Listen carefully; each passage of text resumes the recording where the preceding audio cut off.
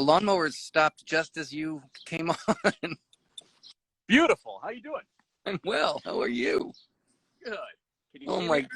amazing, amazing. And you're so prepared, and the tractor, that's gorgeous. Well, it happened to be parked right where we were going to be anyway.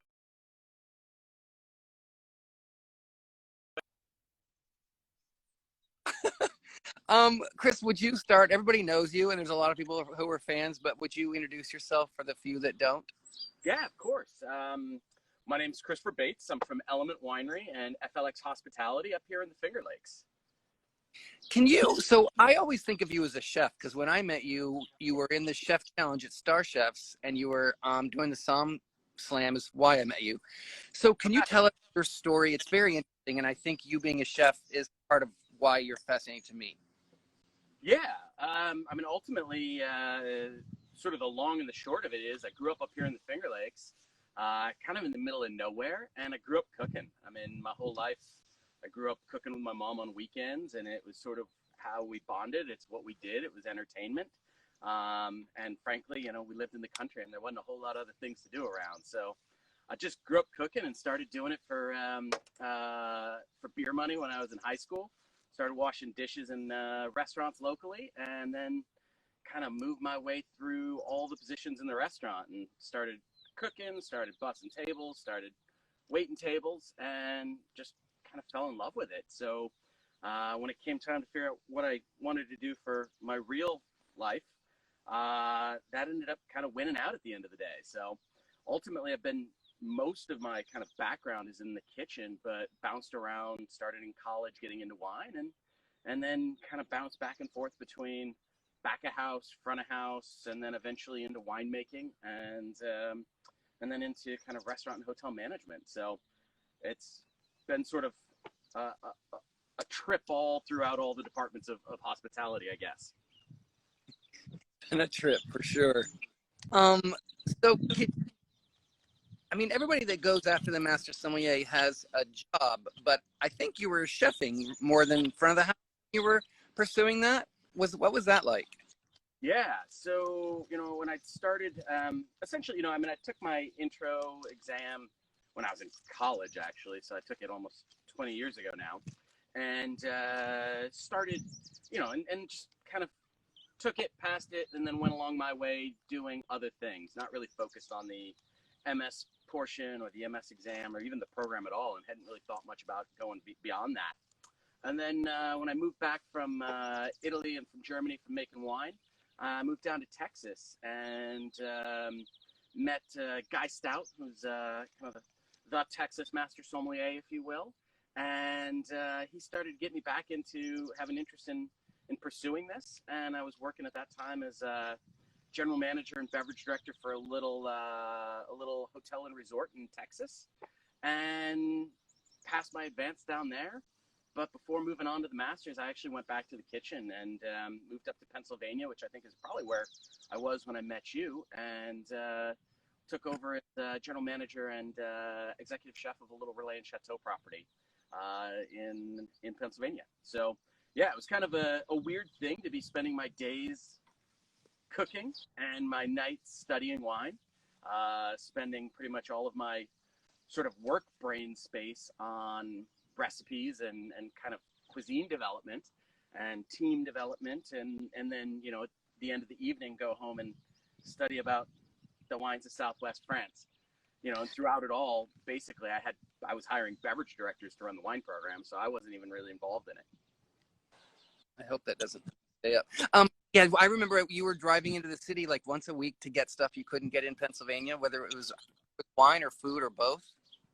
Yeah, those were the long nights going to the seafood market, going out to Hunts Point and picking up fish at 1 a.m, and then meat market and produce auction and all that fun stuff. So yeah, those were strange days, but it was kind of a weird place to be studying because I was in Pennsylvania, so I was pretty much all by myself. I mean, at that time, I think even Melissa Monosoff had moved away, so I didn't really have anybody out there that I was studying with. So it was kind of a challenging time, but in so many ways, like studying for the MS program, groupthink can help, but in a lot of ways, it's a lot of just sort of understanding yourself And it's something that I think sometimes people overlook is sort of the importance of actually just being on your own at some point and overcoming your own internal challenges more so than like having your study groups and having your 7 tasting groups a week and all that stuff. So I don't know, it's a weird time, but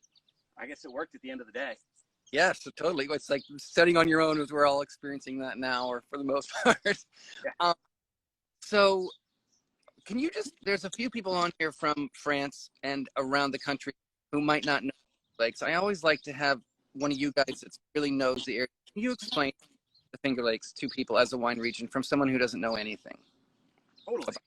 So Finger Lakes is in upstate New York. So we are about 4 hours northwest in New York City, basically towards Niagara Falls. So we're between Syracuse and Rochester. And what that means is that we're far away from an ocean. We're essentially far away from a moderator. So we have a really extreme climate. We have really cold winters.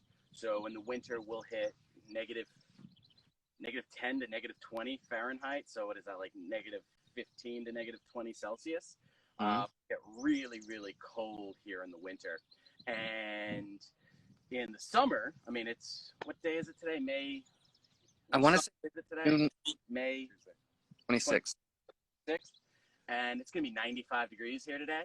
So wow. We extreme temperature swings here in the Finger Lakes. And that's something that's really, really important because when we're trying to grow Vitis vinifera, it doesn't like those super cold winters. So it doesn't do well when it gets down to negative 10, negative 15. But our summers are actually ideal for it. So when we talk about kind of the Finger Lakes, one of the things that's most important is actually those lakes, or in particular that lake. So that's Seneca Lake. So Finger Lakes is 11 lakes in total. We'll let this car go by, actually. So Finger Lakes are 11 lakes in total, but we really talk about 3 of them as being important. That's Keuka, which is about 12 miles that way, Seneca, which we can see right here, and then Cayuga, which is about 10 miles that way. And these are the big, deepest lakes. So this lake right behind me, and in fact, this portion of the lake right behind me is about 750 feet deep. The lake is not very wide. You can see it. It's about a mile wide, 750 feet deep, and then about 35 miles north to south. And this giant body of water is super important here because it never freezes. So it acts as our moderator. The other thing that acts as a moderator is about 50 miles north of here is Lake Ontario. And that lake as well is such a giant body of water. I mean, it's an ocean, essentially.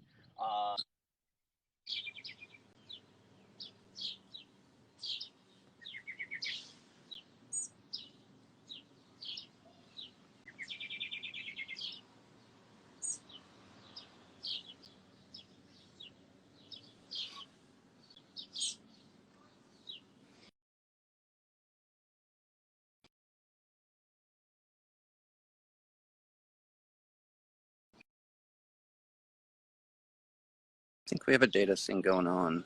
Yeah, we lost him. He'll be back. Thanks for joining, everybody. So Chris will be right back on. We have a data thing going on. He is out. So bear with us. He'll be back. While he's gone, I will tell you today I'm going to be later today we're going to Argentina. And tomorrow at 4, we're going to be in Chile. And then tomorrow in the morning I have a friend who's a wine director in Moscow. And usually I do just with vineyards, but I'm curious about what's happening in the wine scene in Moscow. And then on Thursday at this time, I have a friend in Dubai who has a wine education class. And we're going to chat with her.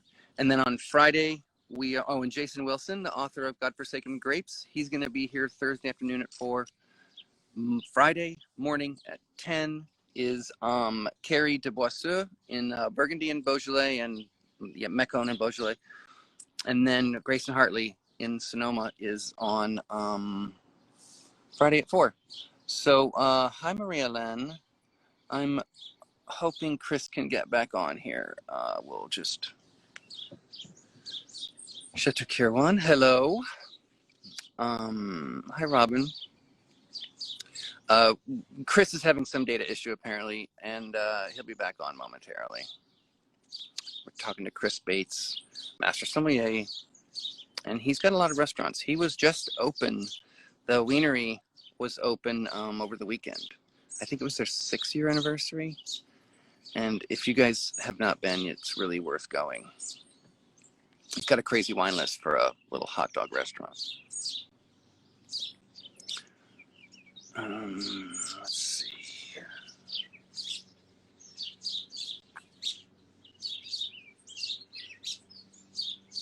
He may be texting me or something. I want to make sure I'm... No, okay. All right. Bear with me, guys. I guess I'll just keep talking. There's the lawnmowers. Sorry, I'm in Connecticut, and it's like that. Chris Bates will be back on, I expect, momentarily. So I posted my schedule. I went to Italy last year with this group. Zonin brought us on. Yes, these are live, or after they're live, I post them on IGTV, or they automatically actually post to IGTV. And then my YouTube channel, I started a channel to archive these so I could email them to people who don't have Instagram. And they're up there also. And I'm updating my website, which the link is in my profile, that for some reason it's not loading in Safari, but I'm gonna fix that probably today. So everything's there, but it's youtube.com/Jeff Harding, or you can DM me the link. DM me and I'll send you the link. And so in this trip with Zonin last year, I met all these wine directors from all over. And so that's who I'm chatting with, some people from Russia and Dubai, because I think it's in Dubai, it's, there's Chris, I think. Hey, I'm sorry, I didn't see you come back on, and here you are. We're back.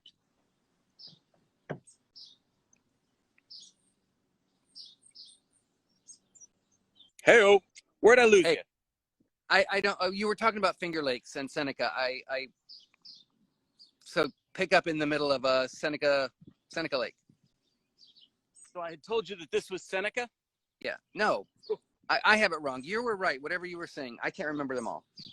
All right, cool. So, all right, let me try to do that again. Sorry if it makes any, to tell you a little bit about the climate here in the Finger Lakes. My phone shut off because it got too hot in the sun. Oh my gosh. So, let's see here. Seneca. So we've got 3 important lakes out of the 11. So we've got Keuka, which is about 12 miles that way, Seneca, which is right here behind me, and Cayuga, which is about 10 miles that way. But what's really important is not just the lake, but the size of that lake. So when we talk about the importance of this lake in particular, which is Seneca, it is the fact that it's about a mile wide and about 35 miles north to south. But right out there is the deepest part, and it's about 750 feet deep, which means that that body of water never ever freezes, and it acts as a moderator for us in the winter. So even more so, if we go about 50 miles that way, we find Lake Ontario, and Lake Ontario is another giant body of water that just never freezes. So while we talk about the Finger Lakes as an extreme climate, extremely cold winter, which makes a challenge for our Vitis vinifera, our close or proximity to that lake and to the depth and the warmth of that lake is imperative for us. And ultimately what we're looking for is that in the winter, when the cold weather comes from the northwest and blows down, that it's coming over Lake Ontario, and then it's coming over these deep spots in the Finger Lakes themselves, which then basically pre-warm that weather. So while the hilltops and sort of some of the northern and southern parts of the Finger Lakes might hit -10 or -15, if you've got a good microclimate and you're sort of protected by the waters, we might not get below -5 in the vineyard or -2, in which case you get a lot better chance of surviving that. So those are the important things about winter. But then summer's kind of funny out here, and we sort of forget that grapevines only ripen between 50 and about 85 degrees. If they get much hotter than that, they shut down. So when people talk about their warm climates and the days that are 100, 105, 110 degrees, the grape's not ripening. The grape is shut down. It's actually gone into like stasis. And then hydric stress is the other thing that a lot of New World wine regions basically have shutting their vines down.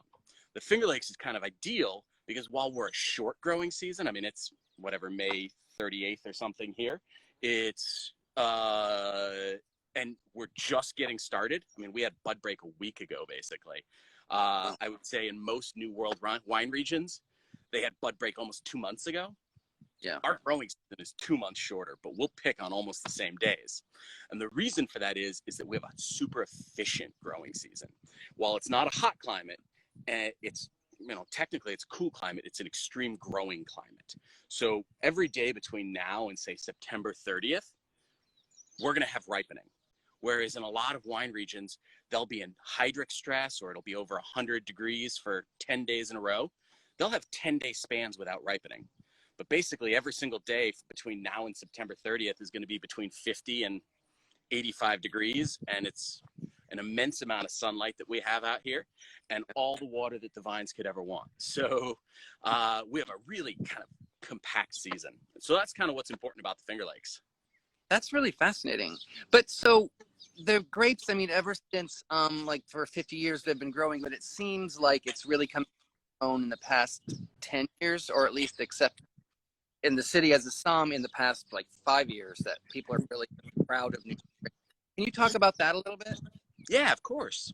So you got to remember, history of the Finger Lakes, we used to make great wines here in the Finger Lakes 150 years ago. But we were making them from natives and from hybrids. And that was when Cuca was super important. Cuca, which is where we have Hammondsport. So this is where all the big wineries used to be located. So the Gold Seals and things like that. Great Western was all over there. And this basically, back in those days, we had a couple of big wineries. There might have been 10 or 12 of them who were processing fruit that they purchased from farmers. And then we had hundreds and hundreds of farmers growing fruit for those wineries. Now, that's kind of an important model to remember because these are farmers that are growing fruit. And they're also probably growing some apples and pears. They're growing some cherries. Maybe they're growing some corn or potatoes. And ultimately, one of the most important things that happened in the Finger Lakes was in the 70s when Coca-Cola bought Taylor. And Coca-Cola bought Taylor Winery and moved their production basically immediately to California. And when they did that, they left all of these grower contracts open. And so all of a sudden, you've got farmers who have fruit on the vine and now absolutely no market to sell it to. And again, at the time, it was still pretty much all really big wineries running things. Now, Constantine, Frank, and Charles Fournier had already proven to us that vinifera could grow here. Some growers had started kind of tinkering with it, but it hadn't really taken on mass yet. But with that change and with growers all of a sudden losing their market for their grapes, we saw this surgence of small wineries popping up. But ultimately, it was as a way to process fruit. It was a way to process your farm crop. And not necessarily because someone was super into wine and had a ton of experience and was a huge fan of Bordeaux or Burgundy. It was a farmer starting to make wine with some basic intro knowledge that they had. And that was great. And it helped propel our industry to where it is. But it certainly wasn't trying to make the greatest wines, I don't think, at the time. And in fact, I think thinking back to my time 30 years ago tasting wines throughout the Finger Lakes, they were pretty special. Let's say what we saw being made here. Special is a good word for it, probably. And back in those days, it was still, I remember when I went to college up here and even after, like the idea that it was good for New York, good for the North or for the East Coast, was always the big thing. Wow, that's actually not bad. And not bad was a good enough compliment for us. Now, you got to imagine all of those farmers who started those wineries, their kids now grew up in the wine industry, and their kids now grew up learning about wine, and their kids now went off to learn about wine elsewhere. A bunch of us folk who grew up here, who then ventured out into the world to learn about wine, and then looked back at our own home and said, wow, maybe there's potential. Actually, if we took and applied the same level of seriousness that we've learned while working in Italy or while working in Germany or New Zealand or Australia, and we brought that back home to the Finger Lakes, maybe we could do something. And then ultimately, we've also started to see people from around the world looking for new places to grow and new places to make wine. And we're starting to see a fair amount of interest from wine professionals from outside, from France, from California, from, Australia, and look at the Finger Lakes and going, wow, they kind of have everything that we would need to make wine there. And it's cheap. And maybe we can start it. So ultimately, in the last like 5-10 years, I think we've seen this sort of huge shift. Whereas in the past, we made a lot of wine based off of natives and hybrids. We started to make vinifera. We started to have small farm wineries, but again, maybe without the knowledge behind them. And now all of a sudden, we've got all of these people coming back to the region with quality wine knowledge, who know what great wine is supposed to taste like, who know how great wine is made, and who know how it's grown.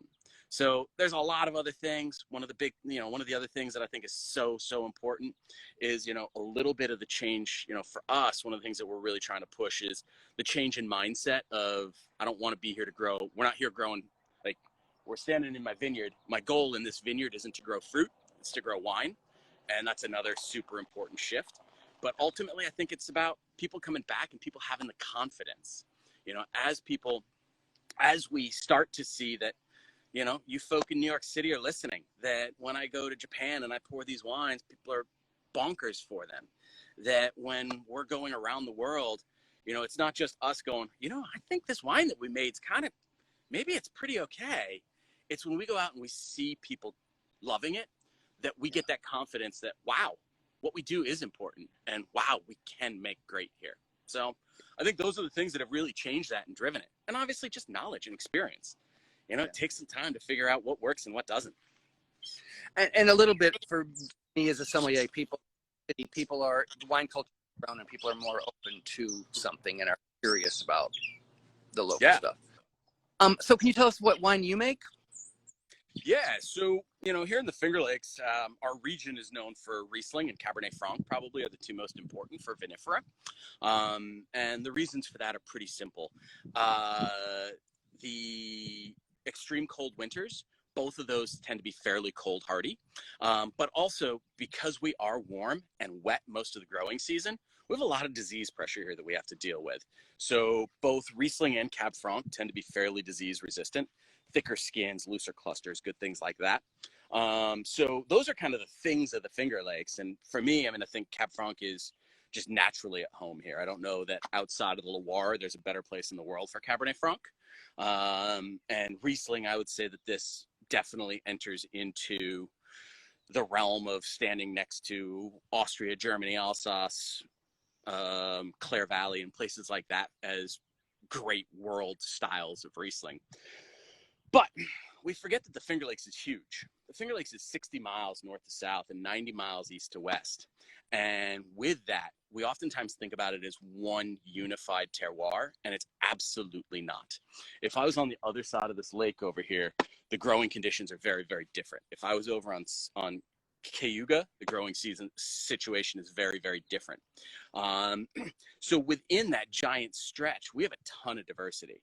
You got to remember, if you overlaid that on a map of France, it would cover from like Chablis to Lyon.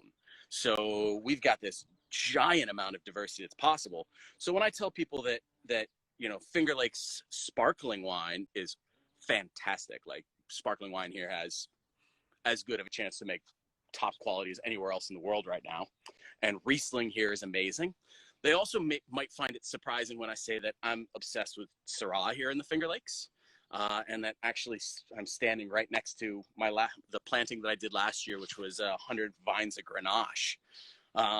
And so it's not a good idea. Like, don't grow Grenache in the Finger Lakes, but I like it. I'm excited. But ultimately, the potential is huge here. We have so much diversity. And honestly, we have so much that we haven't even tried to discover yet. So right now, our winery, we focus on Pinot, Cab Franc, Chardonnay, and Syrah, are kind of my babies. But I think the potential here for the future of the Finger Lakes is huge as we start to, with knowledge, with experience, as we start to experiment outside of what was traditionally thought to be the right things here in the Finger Lakes. But is that changing because of technology? You can say, okay, this particular slope at this particular angle, I can raise Syrah where you wouldn't have known that 40 years ago? Or is it just, you know what you're doing, and so you can raise Syrah? I think it's a little bit of both. So I think, first of all, it has to do with actually understanding the world of wine. So like if we looked at Syrah and thought, oh, Syrah makes Shiraz, therefore that's not really going to be suitable here in the Finger Lakes, as opposed to Syrah makes Côte Rôtie. Oh, that is super possible here in the Finger Lakes. So I think there's a little bit of knowledge base to it, but it's also the idea of that we're not farming fruit, we're farming wine, Right. and B, that there's a cost to it. Like Syrah's nothing grows cheaply here in the Finger Lakes. And so part of that, I think the other part of that paradigm shift that we talked about that's happened in the last 20 years is that we're not a cheap place to grow wine at all. We're a cheap place to grow fruit because we can grow a lot of fruit. But if you want your wine to be good, if you want to grow good wine, that's not the way to do it here. And so we've kind of had to address the fact that wine here doesn't have to be cheap, and we don't need to compete for the under $12 bottle of white wine, and the price ceiling on red wine can't be $16. So right. as we've started to address that, it's opened up the possibility to take and do the work that's required to grow some of those things. And then ultimately, just the idea of breaking it up, like the idea that something doesn't have to be applicable to the entirety of the Finger Lakes for it to work in part of the Finger Lakes. Imagine the thought of like the Mosel, right? We've accepted that in the Mosel, you can plant this hillside and then around the river bend, that hillside. Not the top, not the bottom. But here in the Finger Lakes, our mentality as a fruit grower, as a farmer, is that we have to be able to grow from that corner to that corner of the Finger Lakes the same crop homogenously. And that's just not true when we're growing wine. So, I think the idea that Syrah, honestly, Syrah's like, it's a shitty idea to try to plant Syrah across the lake there or any further north of here. And honestly, this is even a little further away from the lake than I'd ultimately like it. I mean, if I had my absolute choice, I would be on one of the steep slopes directly next to the east side of Seneca Lake, and that's where I'd be putting Syrah and Grenache. But and I think as we start to realize that like Syrah can grow in this little part, and that's okay that it doesn't grow over here, because right here it's in its element. When we think about the fact that like Chardonnay is really sensitive, it can't grow at the north end of the lakes, it can't grow at the south end, it needs to grow in sort of the fillets on either side, and it needs to be close to the water. So does Gewürzt. So as we start to think about that, I think the potential of what's possible really opens up. And as we stop thinking about it as a farmer and start thinking about it as a wine grower, then all of a sudden, all of these things become real. Chris, I think we would chat for half an hour. Have another 15 minutes. We're at a half an hour. Sure. Oh, good. Okay. So is the AVA of Finger Lakes defined by the climate, or and this is excluding hybrid grapes, is there a limit on how much land will Finger Lakes keep growing like some regions do, or is it limited in just temperature? No, it's limited by that right there. Like if you can't see a lake, you can't grow vinifera here pretty much. And ultimately, if you're not, the closer you get to that lake, the more stable your, the more tender of vinifera you can grow. But it's a balance, because you have to remember that while that lake is important because it moderates the winter, keeps the lands closest to the lake warmer during the winter, it also keeps the lands closest to the lake colder during the summer. So as we've started to really incorporate this into what a grape needs and when, it's really important, because we got to remember that if you're close to the winter or to the lake, it's going to help your ability to survive the winter, but it's also going to slow down your ripening cycle in the summer. So you can't be right on the lake and expect to get the maximum amount of growing days there. Right. So it's kind of this balance. But no, I think the reality is that the Finger Lakes is a self-limited area, because a mile that way, there's no way that you can grow vinifera.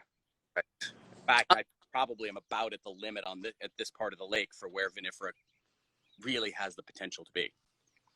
Cool. Thank you. So where are your wines available, and how has that changed with the Corona? How is your distribution, like direct to customer, retail, and then on premise? And how has that shifted the past couple of months? Honestly, everything has shifted so fast in the last couple of months that it's almost been hard to even control a little bit. So with Element, we've kind of the big home for Element for the last couple of years has been in our own properties here. And so we started a tasting room, 2 years ago now. It's been a really big part of what we've been doing. And so that's always been kind of the home here within the Finger Lakes. We also have a pretty big direct-to-consumer DTC portal on our website. So, our wine club has been a really big part of that. And so through our website and through our wine club, we can ship to like 44 states, which helps, for my mission of getting the potential of the Finger Lakes to the world. That's really, really important. And then, for the last year or so, 2 years, we've had distribution in essentially all 50 states, or at least the ability for distribution in all 50. Though, unfortunately, our quantities of wine are so low that it's pretty much impossible to actually spread it out. But through our distributor, Shotzi, they're able to basically take our, Kevin, right? Yeah. So they're able to take our wine pretty much anywhere in the country if it's requested. So that ultimately is really important for us because, we want to establish the Finger Lakes as a top wine growing region in the world. And to do that, it's great that we've been getting all this press. It's great that people have been talking about what's happening here, but it's imperative that we also have wine for them. And, the historical model here was we just kept all the wine in the region and sold it out of our tasting rooms. Right. Now, all of a sudden, like as the city folk have gotten into it, everybody's clamoring to ship all their wine to New York City. But ultimately, we've got to remember that to really establish this place as a sort of world-class, long-term wine region, everybody across the country has to have access to great wine from the Finger Lakes. Because if they only have access to, let's say, the wine styles that were prevalent in the 80s, big bulk styles, of course they're never going to come back and drink our wine. Of course they're never going to get excited about it. So kind of part of that new model and part of the new growth here and all the new kind of cool kids in the Finger Lakes is to really hit the ability for people to order the wine to their house. So, I know a lot of my kind of peers have really been focusing on that as well. Yeah, but FedEx can only deliver wine. So it's now as things warm up, it's getting even more challenging. But the coronavirus has definitely changed the way that things get delivered, I guess. I'm going to talk to Kim and figure out, I'm going to post something about like some stores for most of my friends in the city and to share that way. But your website is on your Instagram profile? Yeah, it's www.elementwinery.com. It's probably not on my Instagram profile. I don't really know how to use the Instagrams all that good. But I think my link on there right now goes to actually our wine shop for provisions. So that's been maybe the biggest thing that's happened in the last couple of months for us. The vineyard's the vineyard. It's just, it doesn't give a shit about coronavirus out here. So the vineyard just is going to do its thing no matter what's happening. That's one of the reasons I started this, because a friend of mine, I said, what's going on? What are we doing? Jeff, I have 10 vines that I ordered 6 months ago. I got to plant them from next week. Corona or so it really gave me some optimism to see the vines don't stop, and to see you out in the vineyard, it's the most optimistic thing. That's one of the reasons I've been doing this, because it shows we're going to keep going regardless. The vines don't stop, and the wines in the winery don't stop. Like exactly. No matter what's happening with sales, when wine's ready to bottle, it's got to go and bottle. But eventually you're going to run out. It's got to go out of the winery too, because there's only so many bottles you can keep on premise. So can you tell us about, I think the winery was open over the week. tell us about provisions and all the other stuff Yeah. that you're. Yeah, so kind of an inopportune time for this to happen. Going into this year, we had FLX Wienery is one of our restaurants. FLX Freibird is another. FLX Table, which is kind of our fine dining restaurant entirely based on sitting together as one group at a communal table. Apparently that's not cool these days. And FLX Provisions, which is our little wine shop and tasting room, essentially. But going into this, we had essentially 6 new locations opening this spring. So Freibird was moving into a much bigger place, and then Provisions was quadrupling its size and moving into the old Freibird. And then we've got 3 new places opening in Corning, and then we've got a new place opening in Rochester. And the last 4 we didn't get done. The first 2 we got done basically. Freibird opened about 3 weeks before the shutdown, and Provisions opened the day of the shutdown. So not ideal timing, but ultimately, we've been able to react really quickly. Table obviously isn't able to be open during this time, but the Wienery has shut down as well. But Freibird has stayed open and done really good at takeout and delivery. And then Provisions has been absolutely nuts. And like we've been doing, we have great access to wines. I've basically been able to pull our all of our wine cellar from all the restaurants and put that out and available. But probably the biggest thing that we've done has been these blind tasting packs that we've been working on. So we've got these blind tasting packages of 12 or 24 wines that we've been doing, where we've been taking and essentially, in the MS program, I grew up in the days before the Corvan existed. Corvan came out about 6 months after I passed my master's exam. Actually, not even, like 3. And so I used to do it old school way, which is I'd take 187s and I'd break down bottles into 187 mils and crown cap them. Well, we kind of went back to that. So a little bit more technology. We know a little bit more about mixed gases and argon and things like that now. But we're basically taking and filling 187 milliliter bottles from with argon, and then filling them with wines for blind tasting. We're just regular tasting. So wines that I consider great, iconic wines from around the world that I think anybody who's into wine should be familiar with. And then we just put a little number ID on them, and we pack them up 12 or 24 to a pack, and we can ship to like 5 states. So they've been going like crazy. That's Muscari is the first person I saw do that, and she says they're like incredible. She's a big fan. Oh, awesome. I love everything. That's been awesome, and it's been a great way to be able to support wines, wineries, and honestly keep ourselves moving. So, and for people that like a little Coke bottle, right? It's like it's a quarter of a bottle of wine. So I always basically just say it's like a healthy lobby bar pour. So it's a perfect tasting for 2 people, or it's a good hearty glass of wine. So you're opening a regular bottle that argon, silicates and does oxidize, and then a crown cap. Yep. And then sending 12 of those out, which can't be that much shipping. So that's brilliant. Yeah. No, I mean, it's been a great way to do it. We've been doing the 12 packs for, I think, $150, and the 24 packs for $275. So they're like $12, about $12 a bottle for a great glass of wine. And we put some cool stuff in there. Well, and just as wines to drink, you're one of the few people I'd be like, anything he's putting in a box. Yeah, we've held our standards pretty high when we choose what goes in there. I saw that was in your wine.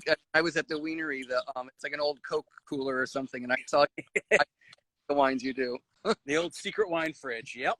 Exactly. I'm going to let you go very quickly. I have one question that I've been wanting to ask you for the longest time. There was I think it was a patty or sausage that you had kimchi on, and at the Wienery a 5 years ago. How do you pair wine with fermented foods like kimchi or sauerkraut? Ooh, that can be a little bit tricky. And it's one of the few cases that I actually think flabby white wines work really well. So all the white wines that I hate in the world, Gewürztraminer, Viognier, I think can actually work really, really well. As long as kimchi, obviously, you got to worry about spice and alcohol. Yeah, But by having that lactic acidity to it, I think it actually helps to brighten up the wine a little bit and make it a little bit fresher. that makes sense. Okay, cool. So, I gotta say, it's been watching you and watching all the things you do has been such an inspiration. The only person I know that works harder than you is your wife. Just keeping it up. 100%. I'm out here screwing around in the vineyard, and she's off actually doing real work. So, Yeah, she's an inspiration as much as you. I'm gonna let you go now. Thank you so much for your time. Do you want to tell any last words for people before you go? yeah, learn more about the Finger Lakes. It's the thing to do. This place is going to be hot, and I'm sorry, it is hot. And honestly, like, we kind of dick around with obscurity a lot of times, but the reality is that the Finger Lakes is going to be one of the top quality wine producing regions in the next 15 years. So I'd start paying attention now. What's the best way to get up there? I was a little bit smart and I took the train to White Plains. So I didn't have to drive in the city and then drove from White. But what's the best way I know there's some buses to like Cornell. What's the best way to get a car in the So city? if you're coming from New York City, honestly, the best way is to hop on a Cornell bus, and it drops you off in Ithaca. It's a great riding experience, and then just rent a car in Ithaca. Though honestly, renting a car, like I know a lot of folks will just take a train out to Newark and rent a car in Newark, and that's super easy too. I mean, it's 4 hours each way. It's pretty, which I guess seems like a lot to some people, but for us, it's pretty easy. So otherwise, just fly. I mean, there's flights into Ithaca, Elmira, Rochester, that are all Syracuse, that are all really easy. Yeah. Chris, you've given me so much, just even the microclimate thing I got to digest for a little while, but I'm looking forward to coming up there soon. So you take care, be well, say hi to Isabel, and hopefully see you soon. Thanks so much for having me. Really appreciate it. And thanks for everybody for joining in. Thanks. See you soon. All right. Cheers, guys. Bye.